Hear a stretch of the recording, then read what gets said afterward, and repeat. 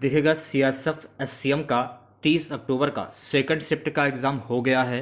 30 October second shift में पूछे गए सभी क्वेश्चंस इस वीडियो में डिस्कस करेंगे। जो भी क्वेश्चंस मैं आपको बताऊंगा वो 100% रियल होंगे, तो इस वीडियो को पूरा ज़रूर देखिए। वीडियो अच्छा लगे तो प्लीज़ वीडियो को लाइक और शेयर ज़रूर करें।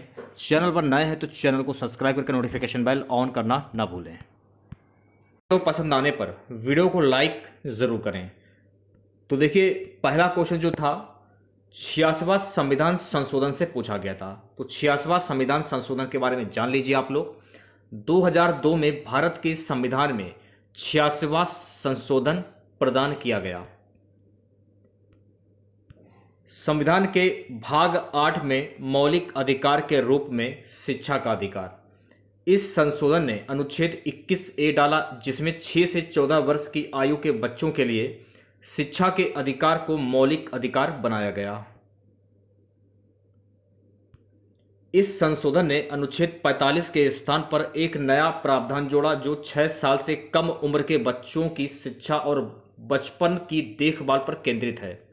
86वें संविधान संशोधन ने अनुच्छेद 51A में एक खंड के भी जोड़ा, जो 6 से 14 वर्ष की आयु के बच्चों को शिक्षा प्रदान करने के लिए माता पिता अभिभावकों के कर्तव्य को निर्दिष्ट करता है।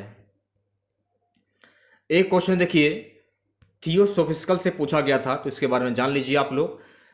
थियोसोफिस्कल सोसाइटी की स्थापना वर्ष 1875 में न्यूयॉर्क में मैडम H.B.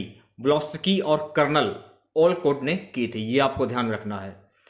1882 में भारत में मद्रास, अब चेन्नई के पास अडेयार में सोसाइटी का मुख्यालय स्थापित किया गया था।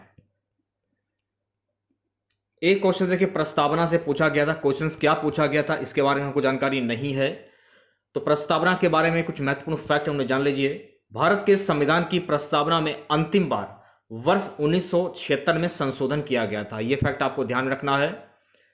इसे वर्ष 1976 के 42वें संशोधन अधिनियम द्वारा संशोधित किया गया था। 42वां संशोधन अधिनियम इंदिरा गांधी सरकार के समय में पारित किया गया था। यह भी फैक्ट आपको ध्यान में रखना है। 42वें संशोधन अधिनियम द्वारा प्रस्तावना में 3 नए शब्द समाजवादी, धर्मनिरपेक्ष और अखंडता को शामिल किया गया। 1976 के 42वें संशोधन अधिनियम को लघु संविधान के रूप में जाना जाता है, और इसके गठन के बाद केवल एक बार प्रस्तावना में संशोधन किया गया है। भारतीय संविधान की प्रस्तावना अमेरिकी संविधान से ली गई है। तो ये सारे फैक्ट आपको ध्यान में रखने हैं, क्योंकि क्वेश्चन जो है कहीं से भी पूछा जा सकता है। नेक्स्ट क्वेश्चन देखिए, निर्वाचन आयोग की स्थापना से था। तो भारत के निर्वाचन आयोग का गठन 25 जनवरी 1950 को किया गया था, और इस आयोग के पहले कार्यकारी सुकुमार सेन थे, और इसका जो मुख्यालय है ना, नई दिल्ली में है। श्री राजीव कुमार ने भारत के 25वें मुख्य निर्वाचन आयुक्त के रूप में पदभार ग्रहण किया है। तो यह भी फैक्ट आपको ध्यान में रखना है। देखिएगा, अगला क्वेश्चन पूछा गया था कि परामर्श शब्द में कौन सा उपसर्ग होगा। जब आप इसे तोड़ेंगे तो पराधन अमर्श यानी परामर्श, तो परा जो है ना आपका, परा आपका जो है वो उपसर्ग हो जाएगा, और मर्श जो है आपका प्रत्यय हो जाएगा। तो उपसर्ग पूछा है, तो इसमें जो आपका परा है, परा, ये आपका उपसर्ग हो जाएगा। ठीक है। नेक्स्ट क्वेश्चन देखिए, पूछा गया था अधजल गगरी छलकत जाए, इसका मुहावरा क्या होता है। अधजल गगरी छलकत जाए यानी कि इसका अर्थ होता है डींग हाँकना। वाक्य प्रयोग, वह 10वीं में 2 बार फेल हो चुका है और बातें ऐसी करता है जैसे कितना होशियार हो। सही कहा गया है कि अधजल गगरी छलकत जाए। नेक्स्ट क्वेश्चन देखिए, पूछा गया था कान खोलने से तात्पर्य क्या होता है। कान खोलना यानी कि सावधान रहना। अमृत का पर्यायवाची शब्द से क्वेश्चन था कि अमृत का पर्यायवाची शब्द क्या होता है। देखिए, अमृत का पर्यायवाची शब्द होता है सुरभोग, सुधा, सोम, पीयूष, अमीय और जीवनोदक। घर का पर्यायवाची शब्द क्या होगा, यह क्वेश्चन था। निकेतन, भवन, आलय, निवास, गेह, सदन, आगार, आयतन, आवास, निलय, धाम, ग्रह। ये जो है ना घर के पर्यायवाची शब्द हो जाएंगे। भयभीत में कौन सा समास होगा, तो देखिए भयभीत में जो है ना तत्पुरुष समास होगा। तो भय अलग है और भीत अलग है, तो भय के लिए भीत। ठीक है, तो यहां हो जाएगा तत्पुरुष समास। एक क्वेश्चन देखिए, खिलाफत आंदोलन से पूछा गया था कि देखिए खिलाफत आंदोलन जो है ना 1920 ईस्वी से 1922 ईस्वी के बीच में था। और इसमें देखिए अली बंधुओं और मोहम्मद अली और शौकत अली ने 1919 ईस्वी में एक ब्रिटिश विरोधी आंदोलन चलाया। आंदोलन खिलाफत आंदोलन की बहाली के लिए था। मौलाना अबुल कलाम आज़ाद ने भी आंदोलन का नेतृत्व किया, यह भी आपको ध्यान रखना है। और इसका समर्थन जो है ना महात्मा गांधी और आईएनसी ने किया था। 17 अक्टूबर 1919 को खिलाफत दिवस मनाया जाता है, तो यह भी फैक्ट आपको ध्यान में रखना है। एक क्वेश्चन देखिए विटामिन से पूछा गया था। अब क्वेश्चन क्या था ये तो खैर हमको नहीं मालूम है। एक रीजनिंग में क्वेश्चन था कि 1 फरवरी को सोमवार था, तो 1 फरवरी 2010 को कौन सा दिन होगा, यह क्वेश्चन पूछा गया था। टमाटर में कौन सा एसिड होता है, यह क्वेश्चन पूछा गया था। तो टमाटर में मौजूद ऑक्सैलिक अम्ल मुख्य रूप से एसिड होता है, तो टमाटर में ऑक्सैलिक अम्ल पाया जाता है, ठीक है। और टमाटर में 10 से अधिक प्रकार के अम्ल होते हैं, जैसे साइट्रिक अम्ल हुआ, मौलिक अम्ल हुआ, एस्कॉर्बिक अम्ल और ऑक्सैलिक अम्ल, ठीक है। और ऑक्सैलिक एसिड का सूत्र क्या होता है, C2H2O4 के साथ एक कार्बनिक यौगिक है। तो ये सारे फैक्ट आपको ध्यान रखने, ठीक है। एक क्वेश्चन देखिए हिंदी में पूछा गया था, गंगा तट में कौन सा समास है, तो गंगा तट में हो जाएगा अपादान, सॉरी गंगा तट में कौन सा कारक है, तो गंगा तट में अपादान कारक हो जाएगा। एक क्वेश्चन देखिए अवार्ड से पूछा गया था, अनुच्छेद से क्वेश्चन पूछे गए थे। और 2011 में शहरी जनसंख्या से रिलेटेड एक क्वेश्चन था, उसके बारे में जान लेते हैं। 2011 की जनगणना के अनुसार देश में कुल शहरी जनसंख्या 377 मिलियन से अधिक है, जो कुल जनसंख्या का 31.16% है। तमिलनाडु सबसे अधिक शहरीकृत राज्य बना हुआ है, जिसमें 48.4% आबादी शहरी क्षेत्रों में रहती है। इसके बाद केरल ने 47.7% के साथ महाराष्ट्र 45.2% को पीछे छोड़ दिया है। ये सारे फैक्ट आपको ध्यान में रखने हैं, ठीक है। कहीं से भी क्वेश्चन पूछा जा सकता है, कुछ भी। एक क्वेश्चन देखिए मधुर का विलोम शब्द पूछा गया था कि मधुर का विलोम शब्द क्या होता है, तो मधुर का विलोम शब्द होता है कर्कश। हिंदी दिवस कब मनाया जाता है, राष्ट्रीय हिंदी दिवस हर साल 14 सितंबर को मनाया जाता है, ठीक है।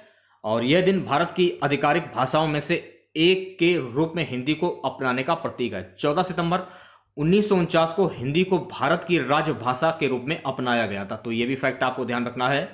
और भारत के संविधान द्वारा हिंदी को आधिकारिक भाषा का दर्जा देने के निर्णय की पुष्टि की गई। यह भारतीय संविधान के अनुच्छेद 343 के तहत आधिकारिक भाषा की सूची में शामिल था। और यह दिवस भारत के हिंदी भाषी राज्यों द्वारा मनाया जा रहा है। हिंदी भारत की मुख्य भाषाओं में से एक है और देश में लगभग 40% आबादी द्वारा बोली जाती है। तो ये सारे फैक्ट आपको ध्यान में रखने हैं।